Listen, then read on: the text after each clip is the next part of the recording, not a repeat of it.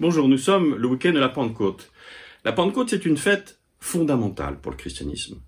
À juste titre, on dit souvent que la clé de voûte de la théologie chrétienne ou des théologies chrétiennes, c'est la passion et la résurrection, c'est-à-dire la mort et la résurrection du Christ, parce que ça affirme justement le côté christique de Jésus. Mais la Pentecôte, on l'oublie souvent, c'est la fête du souffle, c'est la fête qui va transformer un certain nombre de personnes qui étaient présentes à Jérusalem en première communauté chrétienne. Et quand je dis un certain nombre de personnes, parfois on pense à tort qu'il y avait là les 12 disciples, devenus les 12 apôtres, c'est-à-dire ceux qui portent la parole, avec peut-être Marie, la mère de Jésus, qui est signalée dans ce texte. Mais il y a aussi beaucoup d'autres mondes qui est là, et chacun va recevoir symboliquement une flamme sur sa tête, c'est donc personnalisé en quelque sorte comme don de l'esprit. Et cela va les transformer en hommes et femmes qui ont peur, en hommes et femmes qui ont le courage de témoigner. Et cela va fonder l'Église, et aujourd'hui nous en sommes encore les héritiers.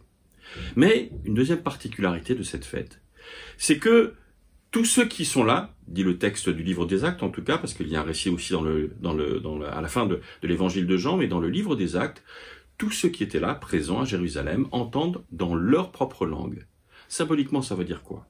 Ça veut dire que ces disciples, qui sont à l'écoute, deviennent apôtres, mais vont rejoindre chacun dans sa langue, dans sa culture, dans sa propre conviction.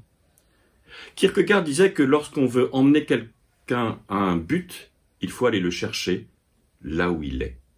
Eh bien, la Pentecôte, c'est cela. C'est de vouloir s'adapter pour emmener l'ensemble de la communauté vers un but. Donc, bien sûr que c'est une fête chrétienne.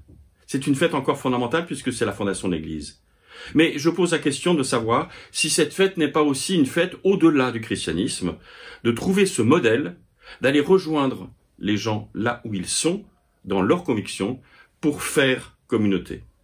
Aujourd'hui, notre planète est fracturée avec des grandes puissances, les États-Unis, l'Europe, la Russie évidemment qui a envahi l'Ukraine, la Chine et d'autres puissances encore. Est-ce qu'il n'y a pas un moyen de se rejoindre pour faire communauté? Est-ce que la Pentecôte, ce n'est pas simplement la fête de toute l'humanité? Vous pouvez retrouver ces éléments de réflexion et beaucoup d'autres choses sur réforme.net.